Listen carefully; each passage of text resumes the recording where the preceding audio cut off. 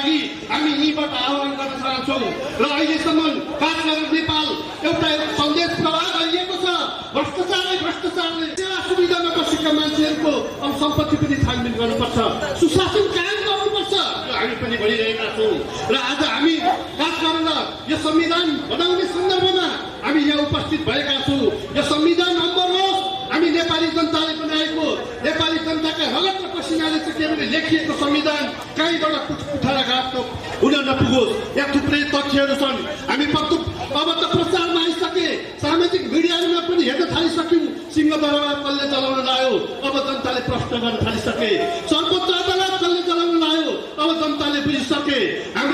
हाम्रा थुप्रै सरकारी पुरातात्विक भवनहरू, सरकारी भवनमाथि कसले जलाउन लायो, त्यहाँका सामान कसले लुटपाट गर्यो, कसले गोली चलायो, यी सबै तथ्यहरू बाहिर प्रकाश हुँदैछन्। अझै यसमा हामी सचेत हुन जरुरी छ। म धेरै समय यहाँहरूको लिन चाहन्न। हामी चाहिँ के भने छोटो आजको